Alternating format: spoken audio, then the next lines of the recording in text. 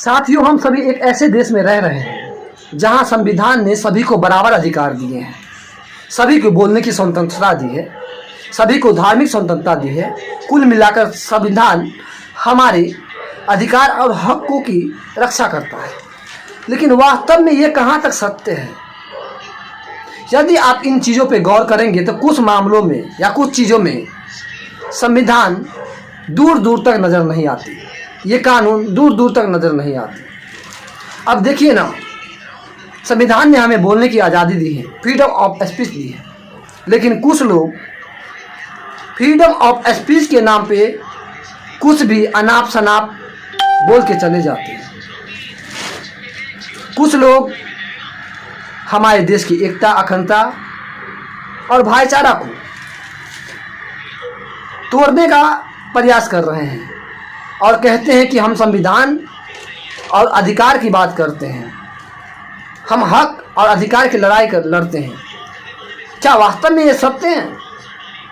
अब देखिए ना, इतनी विडंबना है कि हमारे देश में हमारे देश के बच्चे, हमारे देश के युवा जिसे अपना आदर्श मानती हैं और जिसके जैसा वो बनना चाहती है, वो नेता हो, अभिनेता हो या फिर क्रिकेटर्स हो, वो टीवी पे आकर के, सोशल मीडिया पे आकर के, तमाम प्लेटफॉर्म पे आकर के, ओटीटी प्लेटफॉर्म आकर के हमें और हमारे बच्चों को गुटखा खाने के लिए, नशीली चीज़ों को सेवन करने के लिए, पान मसाला खाने के लिए प्रेरित करती है, जुआ खेलने के लिए प्रेरित करती हैं। आप बताइए, क्या जो वो प्रसारित करते हैं गुटखा खाने के लिए, पान मसाला खाने के लिए, टीवी पे आकर के, तमाम प्लेटफॉर्म पे आकर के, या फिर कहते हैं दाने दाने में केसर का स्वाद, क्या वास्तव में दाने दाने में केसर का स्वाद होता है? मैं तमाम गुटखा खाने वाला या फिर उन चीज़ों का सेवन करने वाले लोगों से पूछना चाहता हूँ, क्या आप गुटखा खाते हुए उस दाने में केसर का स्वाद का अनुभव किया है? लेकिन दोस्तों, ये जो वाक्य है दाने दाने में केसर का स्वाद, यह सिर्फ आधा सत्य है। हकीकत में ये आपको, भविष्य को और आपके स्वास्थ्य को अंधकार में ढकेलने की एक गहरी साजिश है, जिसे आप समझने से नाकामयाब हो रहे हैं। क्या आपने ये सवाल कभी उन अपने आदर्श लोगों से पूछा है जिसे आप आदर्श मानते हैं? नहीं पूछा है। ये सवाल आपको पूछना चाहिए, ये सवाल आपको करना चाहिए, क्योंकि कोई चीज़ या कोई व्यक्ति आपको कुछ दे रहा है या कुछ लेने के लिए प्रेरित कर रहा है, तो आपको यह अधिकार है, आपका यह कर्तव्य है कि आप उनके बारे में जानकारी लें, आप उनसे यह पूछें, आप उनसे यह प्रश्न करें, क्या वास्तव में यदि ये सत्य है तो आप सबसे पहले अपने बच्चों पे या अपने ऊपर लागू करके मुझे दिखाएं।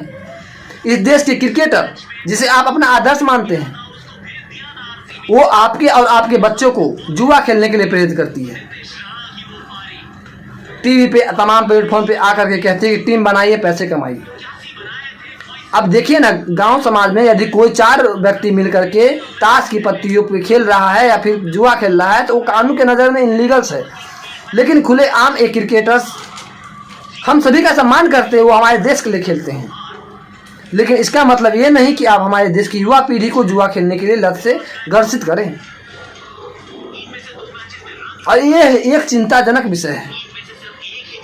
हमारे सर्किल में ऐसे कई सारे लोग हैं, ऐसे कई सारे दोस्त हैं जो इन चीज़ों से, इन लतों से ग्रसित हैं। तमाम समझाने के बावजूद भी, तमाम कहने के प्रयासों के बावजूद भी हम ये समझाने में असफल रहते हैं कि ये चीज़ें गलत हैं। अब देखिए ना, ये क्रिकेटर्स, ये एक्टर्स, ये नेता, अभिनेता, जिसे आप अपना आदर्श मानते हैं, वो समाज की पीढ़ी को, वो देश के युवाओं को, वो देश के भविष्य को किस ओर ले जा रहा है? क्या वास्तव में हम उस भारत की कल्पना को साकार कर पा रहे हैं या फिर उस ओर जा रहे हैं जिनके लिए देश के तमाम महापुरुषों ने हमें आज़ादी दिलाई थी? मैं चुनौती के साथ कहता हूँ तमाम नशीले पदार्थों का सेवन करने वाले लोगों से, आप हमें एक भी चीज़ ऐसी बता दीजिए या फिर बताइए जो नशीली पदार्थ, गुटखा, तंबाकू इत्यादि चीज़ों का सेवन करने के बाद शारीरिक रूप से स्वस्थ और लाभकारी हो तो मैं आपको वादा करता हूं मैं भी उसका इस्तेमाल करना शुरू कर दूंगा। अब आप ही बताइए उस देश का भविष्य क्या होगा जिस देश के क्रिकेटर और एक्टर देश के भविष्य को ये ज्ञान देता हो कि आप गुटखा खाइए, आप तंबाकू पान मसाला का सेवन कीजिए। अभी IPL का सीज़न चल रहा है, पूरे देश भर में देश की युवा, देश के बच्चे 49 रुपया लगा करके या फिर अपनी टीम बना करके करोड़पति का सपना देखते हैं। यह कितनी बड़ी विडंबना है कि हम सभी या फिर हम सभी देश के युवाओं को धरातल पर मेहनत करने की वजह से हम सभी इन चीज़ों में व्यस्त है या इन चीज़ों में परेशान हैं कि हम टीम बनाएंगे तो आगे बढ़ेंगे। सफलता का कोई शॉर्टकट नहीं होता मेरे भाई। मैंने एक दिन कहा था कि सफलता का कोई शॉर्टकट नहीं होता है, लेकिन कुछ लोग ये समझने के तैयार नहीं है। क्रिकेट को लेकर के वर्तमान बदलती हुई सामाजिक संरचना क्या वास्तव में खेल का एक महत्वपूर्ण जरिया है या हमें सोचने पर मजबूर करती है। लोग समझते हैं कि मोबाइल पे टीम बना करके हम एक स्किल गेम खेल रहे हैं, लेकिन वास्तव में यह स्किल गेम है। आज समाज की बदलती हुई संरचना के ऊपर सोचने का, विचार करने का महत्वपूर्ण समय है और हम सबको यह सोचना चाहिए कि हम जिस सामाजिक संरचना की बात कर रहे हैं, जिस सामाजिक परिवेश का बात कर रहे हैं, वो परिवेश यदि आज अंधकार में है तो फिर आने वाले समय या फिर आने वाली पीढ़ी हमारे घोर अंधकार में होगी। यदि 4 लोग बैठ के जुआ खेलते पकड़े जाए या फिर ताश खेलते पकड़े जाए तो पुलिस उसे पकड़ के ले जाती है, अरेस्ट कर लेती है, गिरफ्तार कर लेती है। लेकिन क्या देश की क्रिकेटरों के द्वारा, नेता अभिनेताओं के द्वारा जिस प्रकार की आज लत लगाई जा रही है वो अपराध की श्रेणी में नहीं आती? क्या सट्टेबाजी करना या फिर मोबाइल एप्लीकेशन पर पैसे लगाना या दांव लगाना क्या जुआ नहीं है? ये प्रश्न अपने आप में एक सोचने वाली प्रश्न है साथियों, और विचार करने वाली है। हमारे आस पड़ोस और सामाजिक परिवेश को यदि आप उठा के देख लीजिएगा तो आपको पता चलेगा कि छोटे छोटे बच्चे आजकल इस लत से ग्रसित हो जाते हैं। लेकिन क्या यह हमारी आपकी जिम्मेदारी नहीं है कि हम इन चीज़ों के प्रति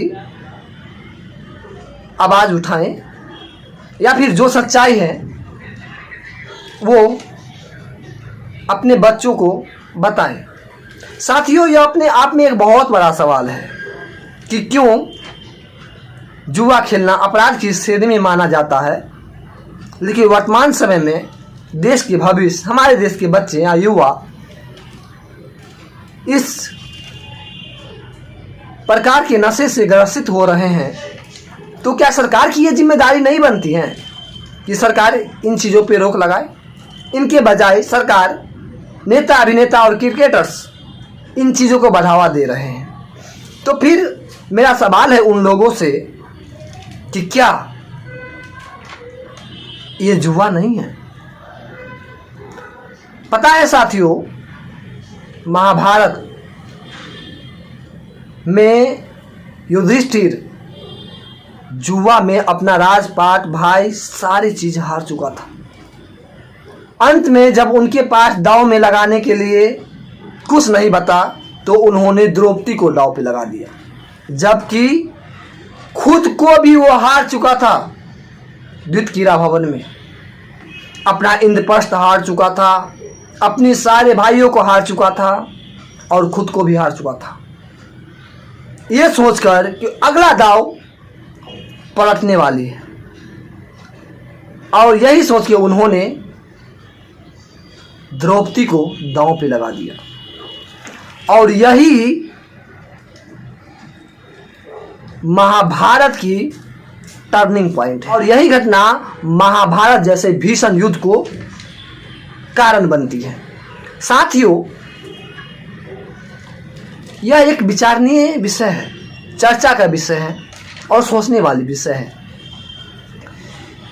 अब आप उन लोगों से पूछिए, या मैं पूछना चाहता हूं कि आप मुझे एक ऐसे फायदा बता दीजिए जो गुटखा खाने से, जो खैनी खाने से या जो तंबाकू सेवन करने से होता है, तो मैं आपको लिख के देता हूं कि अगले दिन से मैं भी उसका सेवन करना शुरू कर दूंगा। एक फायदे आप हमें बता दीजिए कि तंबाकू, गुटखा या किसी भी नशीले पदार्थ का सेवन करने से यदि फायदा हो रहा हो, नुकसान ना हो, तो मैं सेवन करना उस चीज़ का शुरू कर दूंगा। क्या आप मेरी चुनौती को स्वीकार करते हैं? या फिर आप उनसे पूछिए, उन क्रिकेटर्स से या फिर उन एक्टर्स से जो नशीली चीज़ों को या फिर इन प्रकार की चीज़ों को प्रचारित और प्रसारित कर रहे हैं, क्या वो क्रिकेटर्स, वो एक अपने बेटे बेटी को गुटखा खाने के लिए प्रेरित कर सकते हैं? हालांकि ये छिपा नहीं है। आप बताइए, जब वो अपने बच्चे को या अपने बेटे को इस प्रकार की चीज़ों का सेवन करने के लिए सजेस्ट नहीं कर सकते हैं, तो वो कौन होते हैं देश के भविष्य को बर्बाद करने वाले? ये सवाल मेरा नहीं है, ये आपका सवाल होना चाहिए। साथियों, ये एक गंभीर विषय है और सबसे गंभीर विषय ये है कि जिस देश के भविष्य को आज मैदान में जाकर क्रिकेट खेलना चाहिए, जिस देश के भविष्य को आज पढ़ाई पे अपना ध्यान केंद्रित करना चाहिए, वो देश का भविष्य आज ड्रीम 11, माई 11 सर्किल इत्यादि एप्लीकेशन पर आज टीम बना रहा है। क्या ये जुआ की श्रेणी में नहीं आता? हाँ, यह एक घटना वास्तव में देश को अंधकार में ढकेलने की यह एक प्रथम पड़ाव है और यह एक ऐसी घटना है जिन पे बात होनी चाहिए। और इसी विषय पर गंभीर विचार करते हुए हम एक कहानी लिख रहे हैं जो क्रिकेट को लेकर के आजकल के बच्चों और युवाओं में बदलती हुई धारणा को हम अनेक किरदार और पात्र के माध्यम से, अपने कहानी के माध्यम से आपके समक्ष प्रस्तुत करने का कोशिश करेंगे। हालांकि हम अपनी कहानी का उनमें हर चीज़ों को जो सामाजिक परिवेश में आज हमें दिखाई दे रहे हैं, उन हर चीज़ों को हम अपनी कहानी में दर्शाने का प्रयास करेंगे। सिर्फ क्रिकेट ही नहीं, क्रिकेट के अलावा जितने भी हमारी सामाजिक परिवेश में आज सामाजिक विकास को रोकने में अवरुद्ध हो रही हैं, जो भी चीज़ें, हम उसको अपनी कहानी के माध्यम से आपके समझ रखने का प्रयास करेंगे, क्योंकि यह चिंता का विषय है। अब देखिए ना, कई सारे लोग हमारे संपर्क में या फिर हमारे दोस्त हैं, हमारे सर्किल में हैं, जो प्रतिदिन ड्रीम 11 पे या फिर एप्लीकेशन पे पैसे लगाते हैं। कभी कभी जीतते भी, ऐसा मैं नहीं करता कि हमेशा हार जाते हैं, लेकिन अधिकतर वो हार जाते हैं और फिर भी नहीं रुकते हैं, लगातार लगाते रहते हैं अपना दांव, लेकिन वो कहते हैं कि एक दिन अवश्य जीतेंगे। अब मुझे पता नहीं कि वो दिन कब आएगा। तो इसी विषय पर हमने सोचा क्यों न इस घटना को सामाजिक परिवेश की बदलती अवधारणा पर एक कहानी आपके समक्ष रखा जाए, जिसके माध्यम से ये आपको ज्ञात हो कि ये कहानी देश के भविष्य को और हमारे आने वाले सामाजिक परिवेश को किस प्रकार से बदल के रख देने वाली है। हाँ, इस कहानी में हम अधिकतर सामाजिक ठेठ भाषा का उपयोग करने वाले हैं ताकि आपको पूर्ण तरीके से समझ आए। दूसरी चीज़, कहानी के हर एक पात्र और किरदार को हम वहाँ से उठाने वाले हैं जो हम अपने आस पड़ोस में देख रहे हैं घटित होते हुए। ठीक है, और इस कहानी का मुख्य मकसद हमारे समाज के भविष्य पर केंद्रित होगा।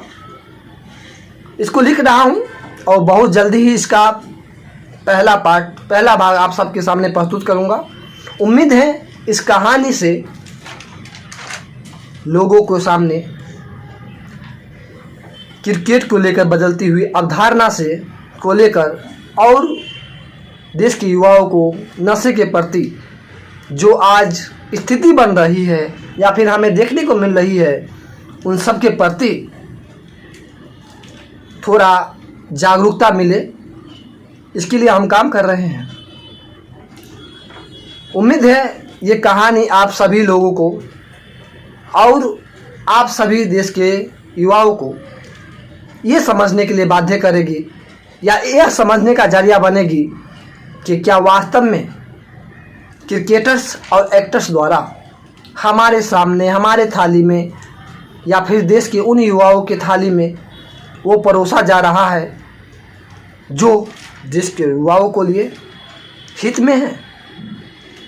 ठीक है, बाकी बेस्ट ऑफ लक। हमें उम्मीद ही नहीं है बल्कि पूरा विश्वास और आशा है कि इस कहानी के माध्यम से आप यह समझने का प्रयास करेंगे कि हम जिस ओर जा रहे हैं वह राह या फिर वो रास्ता या फिर वो मार्ग हमें एक ऐसी अंधकार खाई की ओर ले जा रही है जहां हम गिरकर ख़त्म होने वाले हैं। ठीक है मेरे भाई, तो हम सबको यह गौर करने वाली बात होगी या यह समझने वाली बात होगी कि हम सब के लिए क्या सही है क्या गलत है। इनका चुनाव मैं नहीं करूँगा, इनका चुनाव आपको करना है, आपको देखना है, आपको सोचना है, क्योंकि भविष्य तो आपका ही है। और जब भविष्य आपका है तो आप जैसे महान लोग समझने में पूर्ण रूप से काबिल है कि हमारे लिए क्या सही है और क्या गलत है। ठीक है मेरे भाई, इस देश के भविष्य आज के बच्चे हैं और यदि आज के बच्चे इस प्रकार के नशीली चीज़ों का और इस प्रकार के जुए के लत से ग्रसित हो जाएंगे तो भला इस देश का भविष्य किस ओर जाएगा। ठीक है, इसी मुख्य बिंदु पे हमारी कहानी इंगित रहेगी और इसी चीज़ों को हम आपकी समक्ष रखने का प्रयास करेंगे। बाकी best of luck. So thank you very much, बहुत बहुत धन्यवाद।